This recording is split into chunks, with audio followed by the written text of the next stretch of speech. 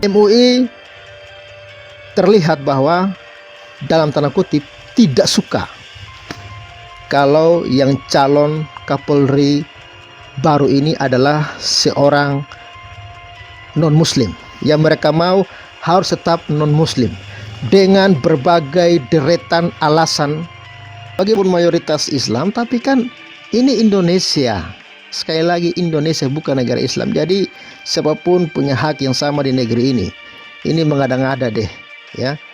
Dia membangun opini ini mengada-ngada ini, ya, memprovokasi supaya umat Islam menolak calon Kapolri yang baru ini.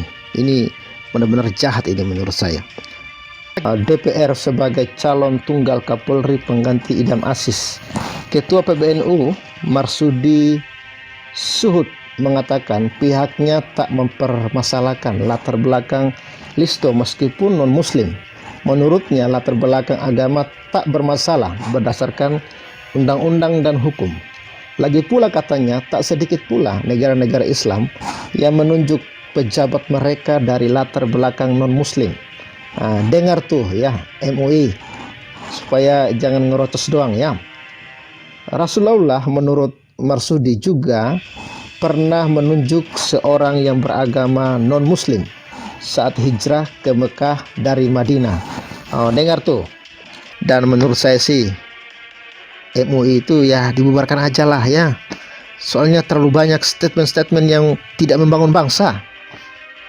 Urus dong itu para ulama-ulama radikal. Ya, malah dibiarin aja. Ya kan? Diberesin.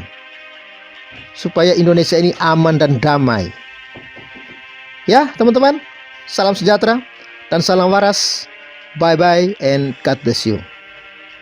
Sudah mengumumkan untuk membahasnya di DPR mengenai calon tunggal Kapolri ini. Sebelumnya kalau kita tahu bahwa Pak Listio ini dia pernah menjabat Kapolda Banten, guys. Nah, Bapak Listio ini menjadi Kapolda Banten pada Oktober 2016.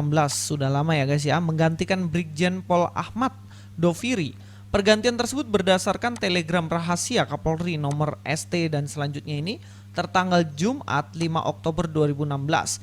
Kalau kita tahu juga dalam bagian ini adalah ternyata Bapak ini dulunya pernah ditolak oleh MUI untuk menjadi Kapolda di Banten.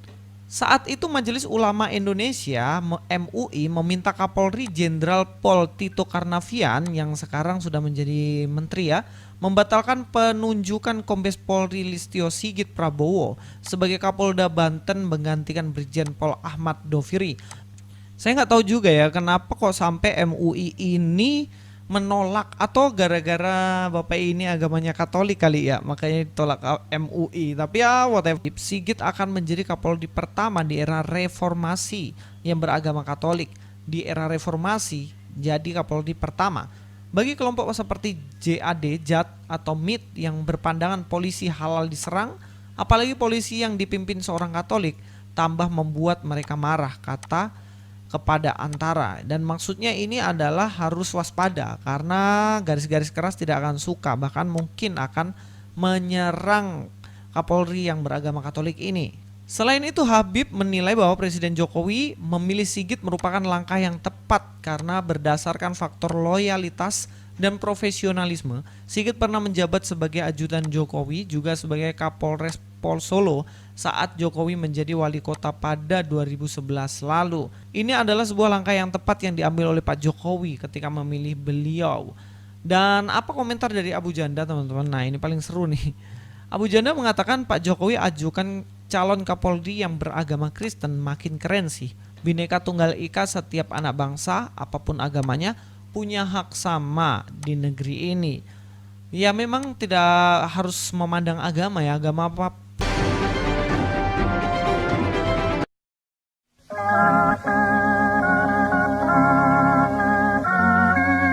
Saudara-saudara kita Katolik, Hindu, Buddha, Konghucu dan seterusnya, mereka semua ikut berjuang bersama-sama umat Islam dalam memerdekakan negeri ini. Saya selalu katakan, tidak ada Indonesia, tidak ada Islam. Tidak ada Indonesia jika tidak ada Katolik. Tidak ada Indonesia jika tidak ada Kristen, tidak ada Hindu, tidak ada Buddha, dan seterusnya. Indonesia yang kita cintai ini, sahabat-sahabat sekalian, Tidak boleh hanya dimonopoli oleh satu kelompok saja. Tidak boleh hanya dimiliki oleh satu golongan agama saja. Indonesia ini milik kita bersama. Sahabat-sahabat sekalian, yang terakhir, yang ingin saya pesankan kepada kita semua, menjadi Indonesia itu menjadi manusia yang bisa meletakkan diri di dalam keberagaman. Menjadi Indonesia itu menjadi manusia yang bisa menerima perbedaan-perbedaan. Dan perbedaan-perbedaan ini akan berbuah persatuan dan berbuah kekuatan untuk kita semua. Sahabat-sahabat sekalian, ini yang ingin saya sampaikan dan penting untuk sahabat-sahabat sekalian ketahui.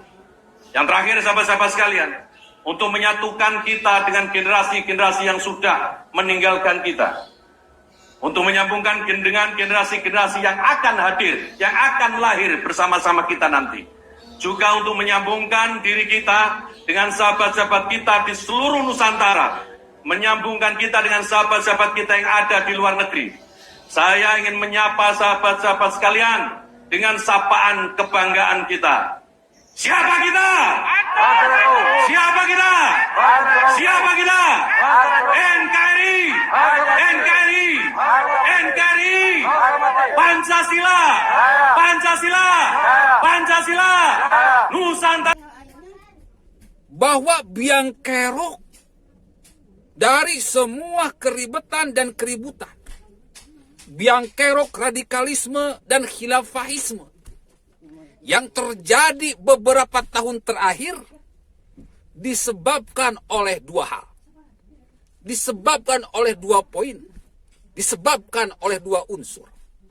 Yang pertama adalah Habib Rizik Syihab. Dan yang kedua adalah MUI yang merupakan kependekan dari Majelis Ulama Indonesia.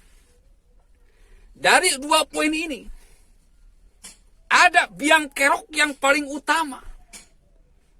Biang kerok yang paling utama.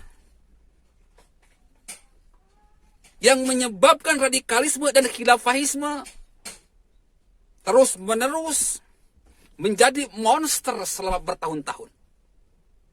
Yaitu Majelis Ulama Indonesia. Kaum-kaum radikalis dilindungi oleh Majelis Ulama Indonesia. Kaum-kaum khilafah dilindungi oleh Majelis Ulama Indonesia. Habib Rizik Syihab dilindungi oleh Majelis Ulama Indonesia. PA 212 dilindungi oleh Majelis Ulama Indonesia. Teroris rasa oposisi, oposisi rasa teroris dilindungi oleh Majelis Ulama Indonesia. Ya Bu, Bapak-bapak hadirin pemuda-pemudi sebangsa setanah air. Jadi biang kerok, rajanya biang kerok terhadap semua aksi radikalisme, terorisme, dan khilafahisme yang selama ini terjadi di Indonesia selama bertahun-tahun. Dari sejak Pilgub Jakarta hingga saat ini adalah Majelis Ulama Indonesia.